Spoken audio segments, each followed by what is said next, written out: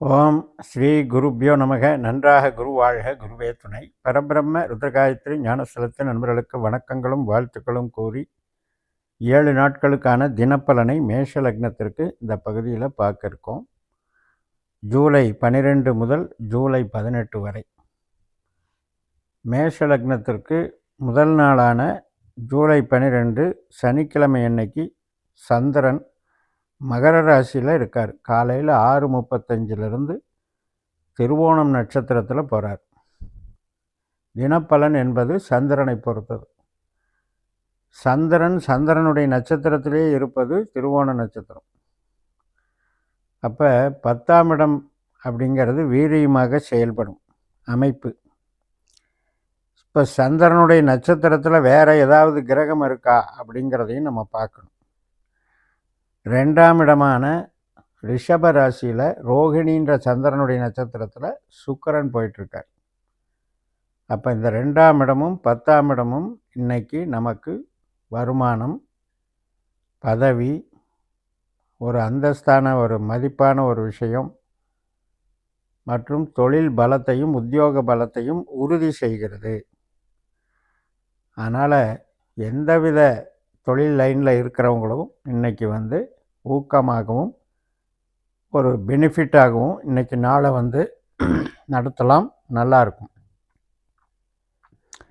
மறுநாள் ஜூலை 13 ஞாயிற்றுக்கிழமை காலையில் 6:52 அவிட்ட நட்சத்திரம் தொடக்கம். அவிட்டம் 2 பாதம் 10ஆம் இடத்துல மகர ராசியிலையும் 1-2 பாதங்கள் மகர ராசியிலையும் 3-4 பாதங்கள் கும்பராசியிலையும் இருக்குது. அப்போ இன்றைய பலனை தருபவர் செவ்வாய், அவிட்டத்திற்கான அதிபதி. அவர் நமக்கு 5ஆம் இடமான சிம்ம ராசியில் சுக்கிரனுடைய நட்சத்திரத்திலையும் குருவனுடைய உப நட்சத்திரத்திலையும் இருக்கார். குரு நமக்கு 3ஆம் இடத்துல இருக்கார், சுக்கிரன் 2ஆம் இடத்துல இருக்கார். அப்போ இன்றைக்கும் பொருள் வரவுக்கு நல்ல விஷயம் நடக்கும். அது எதன் மூலமாக அப்படின்னா, நம்மளுடைய திறமைகள், நம்ம மூளை உழைப்பு சார்ந்து நம்மளுடைய அறிவை பயன்படுத்தி ஜெயிக்கக்கூடிய, பணவரவை சம்பாதிக்கக்கூடிய ஒரு அமைப்பு. குழந்தைகள் 5ஆம் இடம்தான். இப்போ குழந்தைகளுக்கு இது ஒரு பெருமையை தரக்கூடிய காலகட்டம் என்று சொல்லலாம், நன்மையை தரக்கூடிய காலகட்டம் என்று சொல்லலாம். ஏதோ ஒரு வகையில் அட்லீஸ்ட் ஒரு ப்ரெசன்டேஷன், ஒரு கலைப்பொருள் நம்ம வாங்குகிறோம் யார்கிட்டையாவது இருந்து அப்படின்னாலும் இந்த 2இல் இருக்கிற சுக்கிரன் நமக்கு நல்லா வேலை செய்வார். அப்போ இந்த நம்ம ஜனன ஜாதகத்தை பாஸ்கரா அஸ்ட்ராலஜி முறையில் கணித்து 12 பாவ உபநட்சத்திரங்களை நீங்கள் பார்த்துக்கோங்க. லைஃப் லாங் அது பயன்படும். இப்போ உங்களுக்கு இந்த நாளில் செவ்வாய் கிரகம் 2, 6, 10 தொடர்புடைய கிரகமாக உங்கள் ஜாதகத்தில் இருந்தால் இன்றைக்கி நல்ல தொழில் பலம் இருக்கும், ஒரு நல்ல அங்கீகாரம் கிடைக்கக்கூடிய நாளாக இருக்கும். ஜூலை 14 திங்கட்கிழமை சதயம் நட்சத்திரம் காலையில் 6:48 தொடங்குகிறது. கும்பராசியில் ராகுனுடைய நட்சத்திரம். ராகு நமக்கு லாபஸ்தானத்தில் 11ஆம் வீட்டில் குருவனுடைய நட்சத்திரத்தில் இருக்கார், புதனுடைய உப நட்சத்திரத்தில் இருக்கார். அப்போ இது ஓரளவுக்கு நம்ம எதிர்பார்த்த சில காரியங்களை இன்றைக்கி நடக்கப் போகுதுங்கிறதுக்கு ஒரு உத்தரவாதம் கொடுக்குது.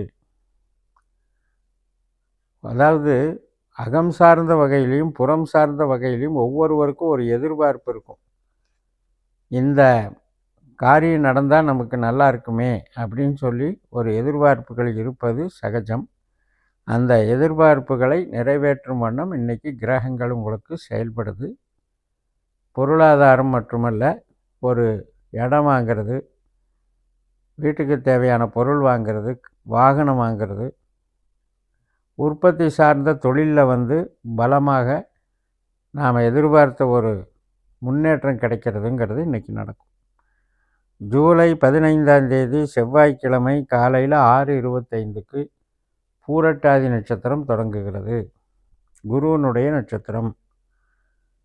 இப்போ நேற்றைக்கு ராகுனுடைய நட்சத்திரம், இன்னைக்கு குருவனுடைய நட்சத்திரம். இந்த ராகுவும் குருவும் நமக்கு பரிவர்த்தனையில் இருக்காங்க. நட்சத்திர பரிவர்த்தனைன்னு பேர். ராகுவோட நட்சத்திரத்தில் குரு, குருவோட நட்சத்திரத்தில் ராகு. இதெல்லாம் தகவல் தொடர்பு, ஒரு சுபகாரியங்கள் நடத்துறது, இதுக்கெல்லாம் இந்த பரிவர்த்தனை சாதகமாக இருக்கிறது. ஒரு ஆவணம் சம்மந்தப்பட்டது, இடம் அக்ரிமெண்ட் போடுறது, அல்லது ஒரு ஒப்பந்தத்தில் கையெழுத்து போடுறது, உறவுகள் சார்ந்த நன்மைகள், திருமணம் ஒரு ஒப்பந்தமாகிறது, திருமணம் நிச்சயிக்கப்படுவது, இது மாதிரி நல்ல காரியங்கள், மனதுக்கு பிரியமானவர்கள், நண்பர்கள், இவர்களோடு மகிழ்ச்சியாக இருப்பது உட்பட நல்ல பலனை கொடுக்கக்கூடிய அமைப்பு. ஜூலை 16ஆம் தேதி புதன்கிழமை காலையில் 5:46க்கு உத்திரட்டாதி நட்சத்திரம். இது மீனராசியில் இருக்குது. நமக்கு 12ஆம் இடத்துல சந்திரன் சனியை போல பலன் தருகிறார். இப்போ சனி நமக்கு 11ஆம் இடத்துலையே இருக்கார். அப்போ சந்திரனும் சனியும் சேர்க்கை பெறுகிறார்கள். சனியினுடைய நட்சத்திரம் மற்றும் கேதுனுடைய உபநட்சத்திரத்தில் இருக்கிறதுனால மனதிற்கினிய நிகழ்வுகள் இன்றைக்கும் நடக்கும். அது உறவுகள் சார்ந்த வகையிலையும், பொருளாதாரம் சார்ந்த வகையிலையும், வேலை வாய்ப்புகள் சார்ந்த வகையிலையும் நமக்கு எதிர்பார்த்த நிகழ்வுகள், இஷ்டப்பட்டது, ஆசைப்பட்டது, அது மனசு பூர்த்தியாகுது. மனம் ஆசையை வளர்த்துக்கிட்டு இருக்கும். ஆனால் என்றைக்காவது ஒரு நாள் அந்த நிகழ்வு நடந்துட்டால் அது மனசு குதூகலமாக சந்தோஷப்படும். அந்த நல்ல நாள் தான் இது. ஜூலை 17 வியாழக்கிழமை, ரேவதி நட்சத்திரம்.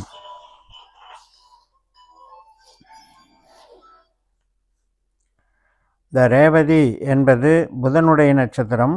அது இரவே தொடங்கி வருகிறது. அதாவது விடியகால 4 மணிக்கு 29 நிமிஷத்துக்கு தொடங்கிறது. ஸோ இந்த புதனுடைய நட்சத்திரம் என்பது 4ஆம் இடத்துல ஆயில்ய நட்சத்திரத்திலேயே புதன் இருக்கிறதுனால மிகச்சிறப்பான நாள். இப்போ ஒரு அக்கௌண்ட்டு பார்க்குறவங்க, ஆடிட்டிங் பார்க்குறவங்க மற்றும் வியாபாரம், ட்ரேடிங், அனைத்து விதமான வியாபாரம் செய்கிறவங்களுக்கும் இது ஒரு சிறப்பை தரக்கூடிய அமைப்பு. அதுபோக சுக்கிரனுடைய உபநட்சத்திரத்தில் புதன் இருந்து சுக்கிரனும் 2ஆம் வீட்டில் இருக்கார். ஒரு வீட்டின் மூலமாக வருமானம் வருது, ஒரு வாடகை பணம் வருது, அல்லது ரியல் எஸ்டேட்டு பில்டர்ஸாக இருக்கிறவங்க அதை சேல்ஸ் பண்ணி அதுக்கான தொகையை வாங்கிறது, இது மாதிரி மொத்த தொகையை அனுபவிக்கக்கூடிய நல்ல நாளாக இது இருக்கிறது. மேஷம்னாலே செவ்வாயினுடைய வீடு. லக்னாதிபதி செவ்வாய் 5ஆம் இடத்துல சுக்கிரனுடைய நட்சத்திரத்தில் உட்கார்ந்து, சுக்கிரன் தனஸ்தானத்தில் இருக்கிறது இந்த வாரத்தில் உங்களுக்கு மிகப்பெரிய மதிப்பை கொடுக்கிறது. கடைசி நாள் ஜூலை 18 வெள்ளிக்கிழமை காலையில் 9:18 அஸ்வினி நட்சத்திரம். 12ஆம் வீட்டில் இருக்கிற சந்திரன் லக்னத்துக்கு வந்துடுறாரு. கேதுனுடைய நட்சத்திரத்தில் போகிறாரு. கேது நமக்கு 5ஆம் வீட்டில் சுக்கிரனுடைய நட்சத்திரத்தில் புதனுடைய உபநட்சத்திரத்தில் இருக்குது. புதன் 4ஆம் வீட்டில் இருக்குது. கேதுவும் அதாவது கேது 5ஆம் வீட்டில், சுக்கிரன் 2ஆம் வீட்டில். அப்போ இந்த நாளுமே நமக்கு பணவரவுக்கும், பொருள் சார்ந்த நன்மைக்கும், தொழில் சார்ந்த பலத்துக்கும், தொழில் வளர்ச்சிக்கும் உறுதுணையாக இருக்கக்கூடிய நல்ல நாள். அப்போ ஒரு தினசரி பலனில் இந்த அளவுக்கு பார்க்குறோம் அப்படின்னா நம்ம ஜனன ஜாதகத்தை எந்த அளவுக்கு டெப்த்தாக பார்க்கலான்னு புரிஞ்சுக்கோங்க. 12 பாவ உபநட்சத்திரங்களை உங்களுடைய ஜாதகப்படி என்னன்றதை பார்த்து தெரிஞ்சு இந்த ஜோதிடத்தை பயன்படுத்தினீங்கன்னா உங்களுக்கு உங்களுடைய கேள்விகளுக்கு எப்போதும் சரியான விடையும் சரியான பாதையையும், இதை செய்யணும் இதை செய்யக்கூடாது அப்படின்ற ஒரு புரிந்துணர்வு கண்டிப்பாக உண்டாகும்னு சொல்லி நிறைவு செய்கிறேன். இந்த சேனலை சப்ஸ்கிரைப் பண்ணி ஷேர் பண்ணுங்கள். உங்கள் தனிப்பட்ட ஜாதக பலாபலன்களை என்னுடைய வாட்ஸ்அப் நம்பரில் தொடர்பு கொண்டு பலன் பெறுங்கள். உங்களிடமிருந்து விடைபெறுகிறேன். உங்கள் ஜெயம்எஸ். நன்றி, வணக்கம்.